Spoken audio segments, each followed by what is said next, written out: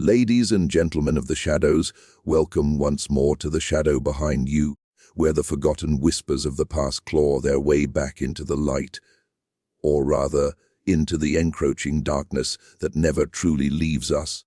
Tonight, we venture into the heart of America's forgotten underbelly, a place where the soil is rich, not just with the promise of harvest, but with the rot of secrets buried too deep to ever fully decay. Picture this: the year is 1920, and the world is still reeling from the Great War's echoes, a time when Prohibition's iron fist clamped down on the nation's thirst, birthing moonshine stills in hidden hollows and speakeasies in shadowed alleys. But in the rural wilds of Arkansas, far from the jazz-filled speakeasies of the cities, something far more sinister was brewing.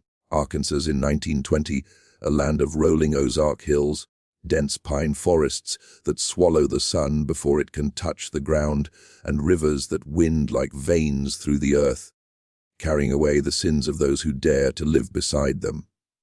The air is thick with the scent of damp earth after a summer storm, mingled with the acrid smoke of wood, burning stoves, and the faint, metallic tang of blood from freshly slaughtered livestock. Communities huddle in small towns like Jasper or Dumas, where everyone knows your name, your lineage, and, God forbid, your secrets. But what if one man's secrets were so vile, so steeped in the primordial ooze of human depravity, that they threatened to poison the very ground upon which those communities stood? Enter Ezra Coones, a name that, even now, a century later, sends a shiver down the spines of those few who remember it. Not because he was a monster in the traditional sense. No, Ezra was no snarling beast from the folklore tales of the Ozarks, like the howler that prowls the night with its unearthly cries. He was worse. A man ordinary in appearance, with calloused hands from tilling the stubborn Arkansas soil, a weathered face etched by years under the relentless sun, and eyes that held the flat, unreadable depth of a stagnant pond. Ezra Coones lived on a sprawling farmstead in Newton County, nestled near the Buffalo River, where the waters run clear but the shadows run deep. To the outside world, he was a pillar, a hard-working farmer, a devout churchgoer, a man who lent a hand to neighbors during harvest time. But beneath that facade lurked hidden crimes, so chilling they would unravel the fabric of an entire community, leaving behind a legacy of ghosts and unanswered questions. Imagine, if you will, the first whispers of unease rippling through the town like a chill wind rustling dry leaves. It began with the disappearances, subtle at first, easily dismissed as the wanderings of transients or the misfortunes of the road. A traveling salesman, peddling his wares from a dusty Model T, vanishes after stopping at the Coones farm for directions. A young sharecropper, down on his luck, seeks work and is never seen again. Then, the locals start to go missing: a neighbor's son, out hunting in the woods bordering Ezra's land. A widow from the next hollow over, who borrowed sugar one evening and faded into the twilight. The townsfolk murmured about accidents, falls into ravines, drownings in the river's swift currents. But deep down, a primal fear took root. Was it the land itself, cursed by some ancient Native American spirit, or something far more human, far more terrifying? As the sun dips below the jagged horizon, casting long shadows that stretch like accusing fingers across the fields, we feel the weight of that era's isolation. No telephones in every home, no paved roads to connect the scattered farms, just miles of dirt paths wending through forests where the trees seem to lean in, listening. The nights are alive with the symphony of the wild, the hoot of owls, the rustle of creatures in the underbrush, and sometimes, just sometimes, a scream that could be animal or human. In 1920 Arkansas, justice was a fragile thing, often dispensed by lantern light in hushed gatherings, where suspicion could turn to vigilante fury in the blink of an eye. And Ezra Coones. He moved through this world like a shadow, his hidden crimes festering like an untreated wound, waiting to burst forth and infect all who came near. But why, you ask? What drove a man like Ezra to such depths? Was it greed, born of the oil booms raging in southern Arkansas, where black gold turned paupers into princes overnight? Or was it something darker, a family bloodline tainted by madness? echoing the race riots that scarred the state just a year prior in Elaine, where hundreds perished in a storm of violence and fear. Perhaps it was the prohibition itself, twisting men's souls as they brewed illicit spirits in hidden stills, their minds poisoned by the fumes of desperation. Whatever the catalyst, Ezra's story is one of hidden horrors, where the line between man and monster blurs in the flickering light of a kerosene lamp. As we delve deeper tonight, prepare yourselves to uncover the layers of this chilling tale. We'll walk the dusty paths of his farm, peer into the darkened corners of his barn, and descend into the cellars where secrets were interred alongside the dead. But beware, dear listeners, for in exploring Ezra Coones' hidden crimes, we might just awaken shadows of our own. The past, after all, is never truly buried. It merely waits, patient and hungry, for the right moment to rise. So dim the lights, lock the doors, and let us begin our descent into the abyss. What lurks in the heart of a man who smiles by day and sins by night? Stay with us and find out, if you dare. Now, let us step back in time to the sweltering summer of 1920, where the air hung heavy with the scent of blooming dogwoods and the buzz of cicadas orchestrating their eternal symphony. Newton County, Arkansas, a rugged expanse of the Ozarks, where limestone cliffs jut from the earth like the bones of ancient giants, and the Buffalo River carves its path through valleys that time forgot. Here, amid the patchwork of farms and dense woodlands, stood the Coones homestead, a two-story clapboard house, its paint peeling like old skin, flanked by a sprawling barn and fields of corn that whispered secrets to the wind. Ezra Coones was 45 that year, a broad-shouldered man with a beard streaked gray like ash from a dying fire. He had inherited the land from his father, old Harlan Coones, a Civil War veteran whose tales of Gettysburg's bloody fields had filled young Ezra's nights with nightmares. Harlan spoke of ghosts on the battlefield, spirits of the fallen who wandered, seeking vengeance on the living. Perhaps those stories planted the seeds of darkness in Ezra's soul, or maybe it was the bloodline itself. Rumors whispered that the Coones family traced back to Scottish immigrants who fled the Highlands after a clan massacre, carrying a curse of violence in their veins. Ezra's wife, Abigail, was a frail woman of 38, her once vibrant eyes dulled by years of hardship. She tended the garden with trembling hands, growing tomatoes that burst red like fresh wounds and herbs that masked the bitterness of their meager meals. They had 3 children, eldest son Jacob, 19 strong but sullen, who worked the fields with a resentment that simmered just below the surface, daughter Eliza, 16, with hair like spun gold and a curiosity that often led her wandering too far from home, and little Thomas, just 8, whose laughter echoed across the hills like a fleeting ray of light in an otherwise gloomy existence. The town of Jasper, a scant 5 miles away, was a hub of sorts, a general store, a church with a steeple that pierced the sky like a judgment finger, and a sheriff's office manned by Elias Thorne, a war veteran himself, haunted by trenches in France. The folks there knew the Coones family well enough, Ezra for his bartering skills at market, Abigail for her quilts sold at fairs, and the children for their sporadic attendance at the one-room schoolhouse. But there was always an undercurrent, a hesitation in conversations about the Coones farm. Something off about that place. Old-timers would mutter over checkerboards at the store, their pipes puffing smoke that curled like specters. It started innocently enough, or so it seemed. In early spring, a drifter named Samuel Hicks arrived in Jasper, seeking work after the winter's bite. Tall and lanky, with a scar across his cheek from some forgotten brawl, Hicks was hired by Ezra to help with planting. For a few weeks, all seemed well. Hicks was seen in town on Saturdays, buying tobacco and sharing laughs at the barber shop. Then, one morning, he was gone. Ezra claimed Hicks had packed up in the night, owing him wages no less. Ungrateful sort, Ezra grumbled when questioned. The sheriff nodded, noting it in his ledger, but no one pursued it further. Drifters came and went like autumn leaves. But then came the second disappearance, one that pricked the community's conscience.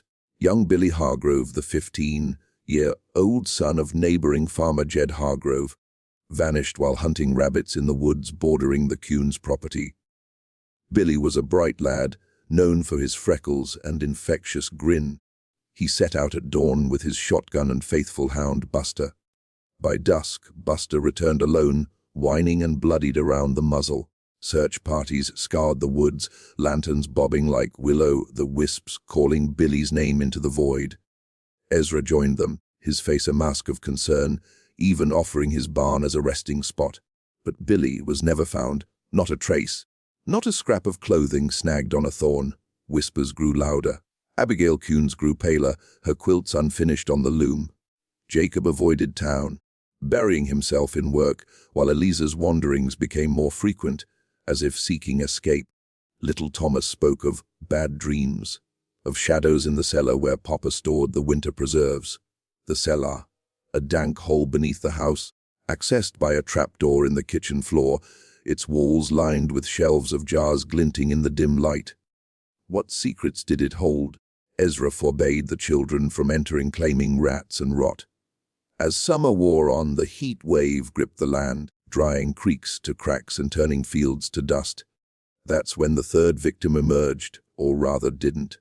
Widow Martha Klein, a sturdy woman of 50 who lived alone in the next hollow, visited the Coones farm one evening to borrow sugar for her preserves.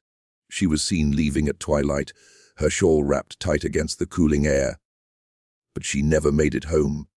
Her cottage stood empty, the stove cold, her cat meowing plaintively at the door. Again, search parties. Again, Ezra's helpful demeanor. But this time, something shifted. Jed Hargrove confronted Ezra at the general store, his voice rising like thunder. "My boy was last seen near your land, Coones. And now Martha. What's hiding in them woods of yours?" Ezra's eyes narrowed, his hand clenching the counter. "Mind your accusations, Hargrove. The woods take what they will." The air thickened with tension, the store's patrons falling silent. Sheriff Thorne intervened, promising an investigation, but resources were scarce. Prohibition raids consumed his time, bootleggers hiding stills in the hills. Unbeknownst to the town, the horrors were just beginning. Late one night, Eliza overheard her father in the barn, muttering to himself as he sharpened tools by lantern light. Creeping closer, she peered through a crack in the wood.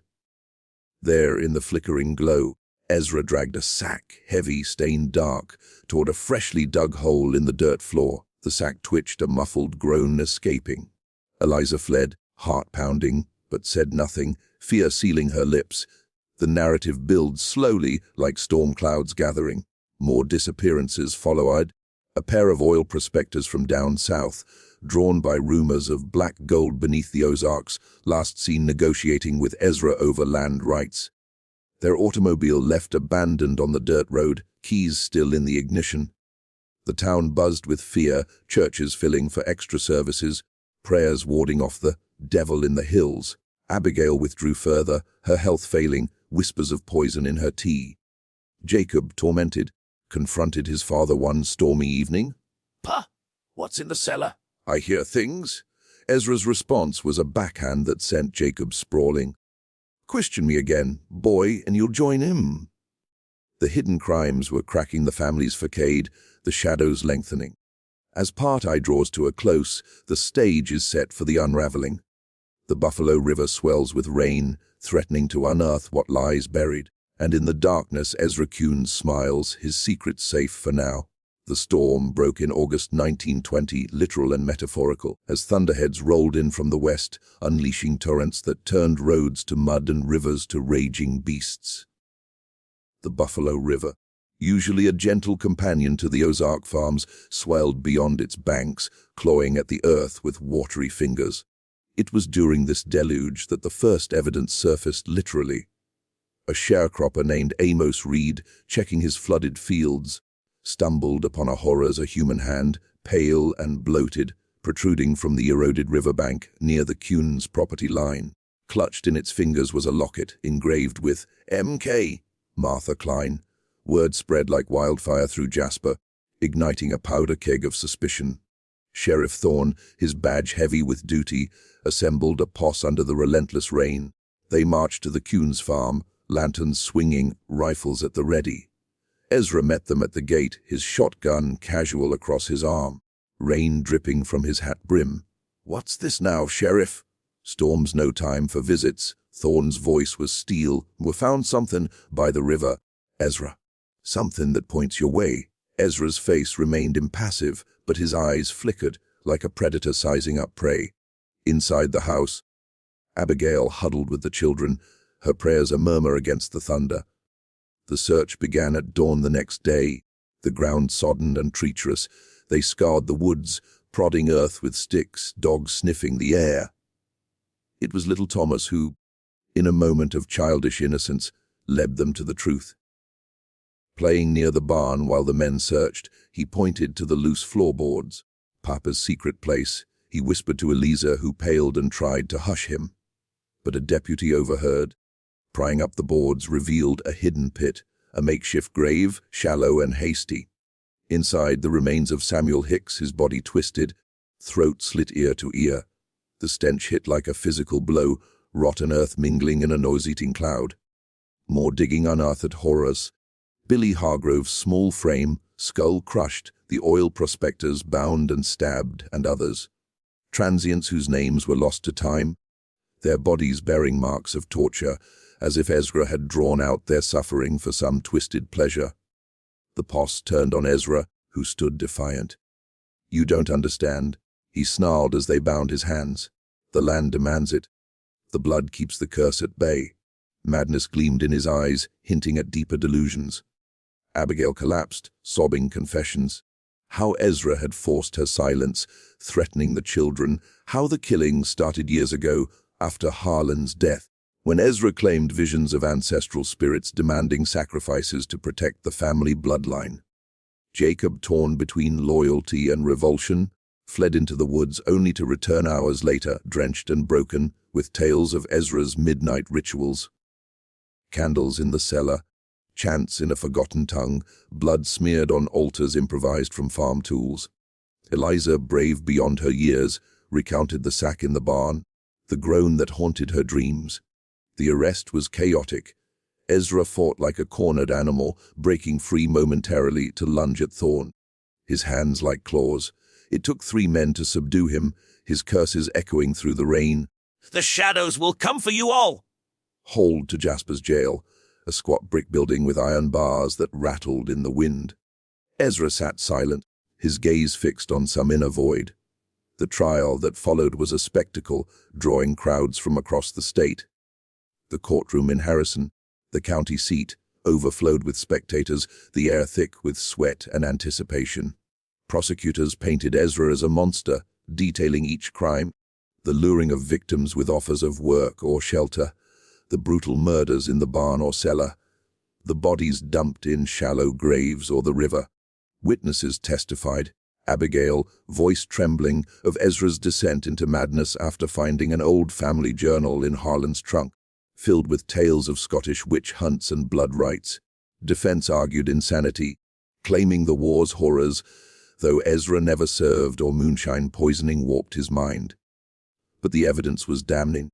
Tools crusted with blood, hidden journals scrawled with ramblings about feeding the earth, to avert a family curse of poverty and death. Chilling moments punctuated the proceedings. When a victim's ring was presented, Ezra laughed, a low, guttural sound that chilled the room. "They scream still," he muttered. "In the dirt they scream." Jurors paled, the judge banging his gavel for order. As tensions peaked, a mob gathered outside, torches flickering, demands for lynching rising like a tide. Sheriff Thorne stood guard, rifle in hand, echoing the race riots of nearby Dumas earlier that year, where fear had spiraled into violence. But justice prevailed, barely.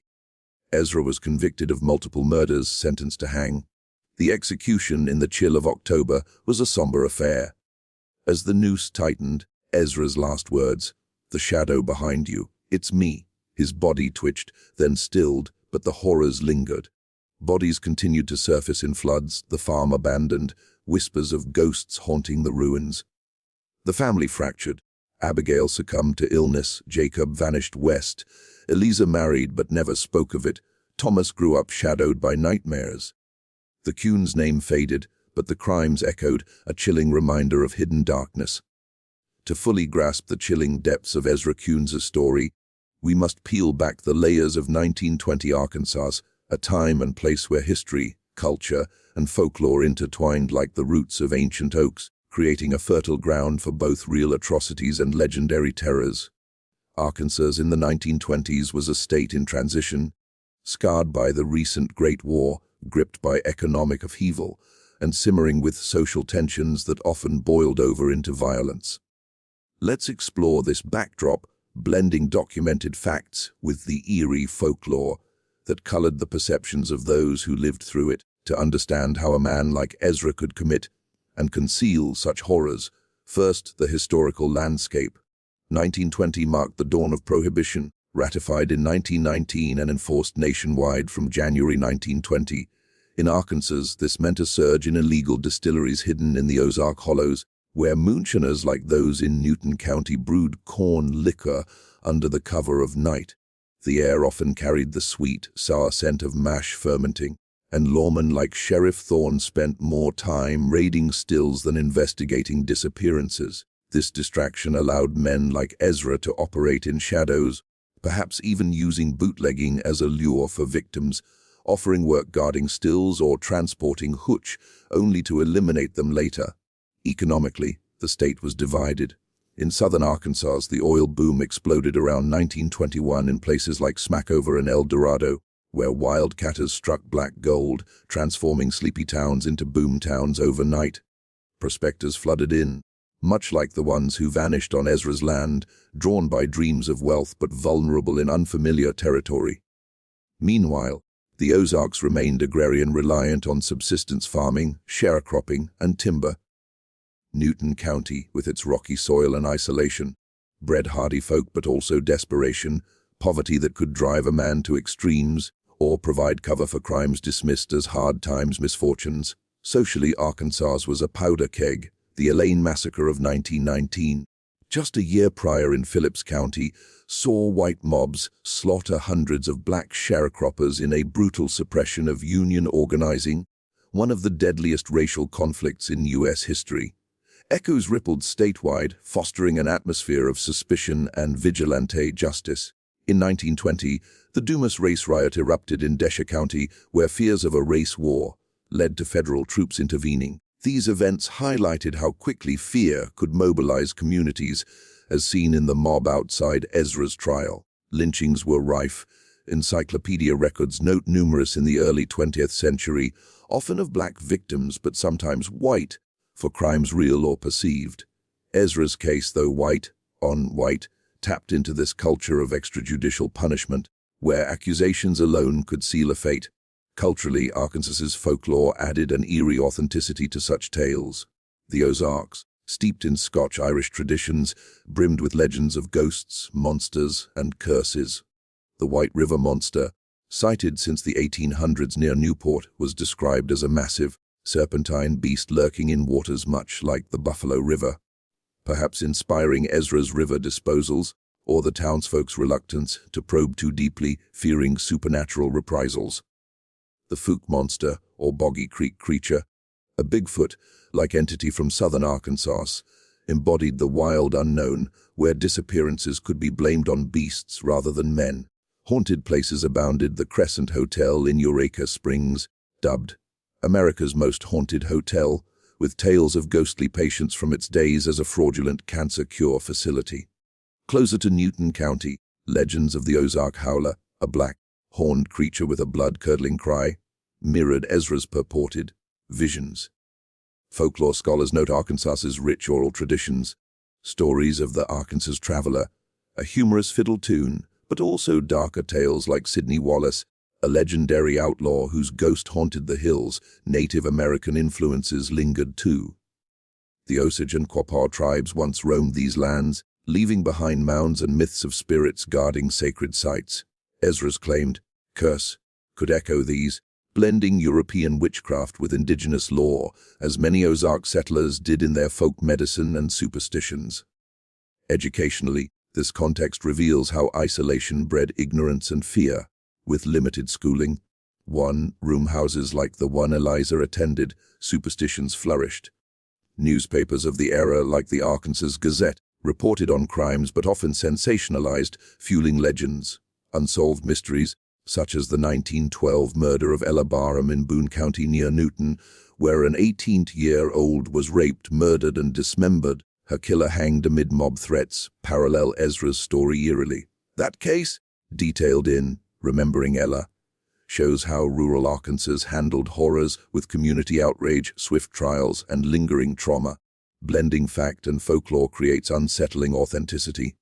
Imagine townsfolk attributing disappearances to the howler or river spirits, delaying investigations, or Ezra drawing from family tales, perhaps inspired by Civil War atrocities, like the Mountain Meadows massacre ties in Arkansas history, to justify his rights. This era's cultural trauma, war, prohibition, racial violence, mirrored personal madness, making Ezra's crimes not anomalous but a dark reflection of the times. In this cauldron, Ezra Coones' hidden crimes brew a potent elixir of history and horror, reminding us that the past shadows are woven from both recorded events and the whispers that fill the gaps. Delving beyond the surface horrors of Ezra Coones' tale, we uncover layers of symbolic and psychological depth, connecting this chilling narrative to universal fears, cultural traumas, and the shadowy recesses of human nature. This story isn't merely a recounting of crimes, it's a mirror held to the soul, reflecting the darkness that lurks in us all, amplified by isolation, legacy, and the inexorable pull of the past. With an ominous lens, let's explore these themes, peeling back the flesh to reveal the bones beneath. Symbolically, the Coones farmstead represents the archetype of the cursed homestead, a motif prevalent in American Gothic literature, from Edgar Allan Poe's decaying mansions to Shirley Jackson's haunted hills. The cellar, with its jars of preserves masking deeper rot, symbolizes repressed secrets, the preserved sins that ferment and burst forth. Ezra's rituals feeding blood to the earth evoke ancient fertility myths, like the Aztec sacrifices or Celtic bog offerings, but twisted into a personal delusion. The land, demanding tribute, mirrors how rural America viewed nature, bountiful yet vengeful, as in droughts or floods that took lives, blurring natural disasters with human agency. Psychologically, Ezra embodies the Freudian need unleashed, the primal urges unchecked by societal superego in isolated settings. His descent, triggered by the family journal, suggests intergenerational trauma, a concept modern psychology links to epigenetics, where ancestors stress his imprint on descendants. The Civil War tales from Harlan could represent PTSD echoes, warping Ezra's psyche. His crimes as protection from a curse highlight delusional disorder, where paranoia justifies atrocity. Abigail's complicity speaks to battered spouse syndrome, her silence a survival mechanism in a patriarchal era where women had little recourse. Thematically, the story connects to universal fears of the other within. In small towns, the neighbor as monster trope taps into xenophobia and distrust, amplified in 1920s Arkansas by influxes of drifters and prospectors. This mirrors cultural traumas like the Red Scare or racial fears post-Elaine massacre, where the hidden enemy justified purges. Ezra's hidden crimes evoke the fear of unseen evil, akin to H.P. Lovecraft's cosmic horrors, where the mundane masks the abyssal. Human nature's duality shines through Ezra's public respectability versus private monstrosity, illustrates the Jungian shadow self, the repressed aspects we deny but which emerge in crisis. Isolation exacerbates this. Ozark remoteness, with no modern distractions, forces confrontation with inner demons, much like in modern studies of rural mental health crises. Culturally, it ties to American exceptionalism's dark side, the pioneer spirit romanticized, but hiding violence against natives, slaves, and the land. Ezra's blood rights echo manifest destiny's bloody cost, while prohibition's hypocrisy, law's breeding crime, parallels his facade. Folklore integration adds depth. Monsters like the Ozark Howler symbolize projected fears, allowing communities to externalize evil rather than confront human culprits. In broader terms, the tale explores legacy's burden. The Coones bloodline curse represents how trauma perpetuates. Jacob's flight, Eliza's silence, Thomas's nightmares foreshadow cycles of abuse. This connects to societal issues like generational poverty in the Ozarks, where economic despair breeds despair. Ominously, it questions justice. The mob's near-lynching highlights how fear corrupts due process, echoing historical miscarriages. Ezra's last words, "The shadow behind you, it's me," imply the horror is internal, a lingering psychological haunt that no hanging eradicates. Ultimately, Ezra Coones' story warns of the thin veil between civilization and savagery, how cultural isolation and historical wounds fester into monstrosity. It leaves us pondering what shadows lurk in our own lineages, waiting to emerge. As the final echoes of Ezra Coones' tale fade into the night, like the last gasp of a dying wind through the Ozark pines, we are left with a chilling summation that refuses to offer comfort or closure. This man, whose hidden crime stained the soil of 1920 Arkansas with blood and secrets, stands as a testament to the enduring power of darkness. How it hides in plain sight, festering in the hearts of the seemingly ordinary, until it erupts to consume all in its path. From the innocent disappearances that whispered of misfortune to the gruesome revelations that shattered a community, Ezra's story is a mosaic of horror pieced together from delusion, desperation, and the primal urge to dominate and destroy. Yet, even in death, Ezra eludes finality. His body swung from the gallows, but his spirit. Whispers persist in Newton County folklore. Tales of a shadowy figure roaming the abandoned farmstead, his beard gray and eyes gleaming in the moonlight. Hikers along the Buffalo River report uneasy feelings, as if watched by unseen eyes, and occasional discoveries of old bones in flood-eroded banks keep the legend alive. Did the curse he raved about truly exist? Or was it the ultimate delusion, a self-fulfilling prophecy that cursed his descendants and the land? The family scattered like leaves in a storm, Abigail's grave unmarked, Jacob lost to the vast American West, Eliza's lineage diluted by time, Thomas haunted until his own untimely end. The town of Jasper moved on, but scars remain, in the wary glances at strangers, the extra locks on doors, the stories told around campfires to warn the young. And what of us, dear listeners? As we conclude this episode of The Shadow Behind You, ponder this lingering question in the quiet moments. When the world falls silent, do you feel it? That prickling at the nape of your neck, the sense that something, or someone, lurks just out of sight. Ezra Coones reminds us that the most terrifying shadows are not those cast by monsters of myth, but by the humans among us, their crimes hidden until the floodwaters rise. So turn around slowly, glance over your shoulder. Is the shadow behind you merely your own, or something far more sinister? Sleep well if you can. Until next time, remember the past never dies, it merely waits.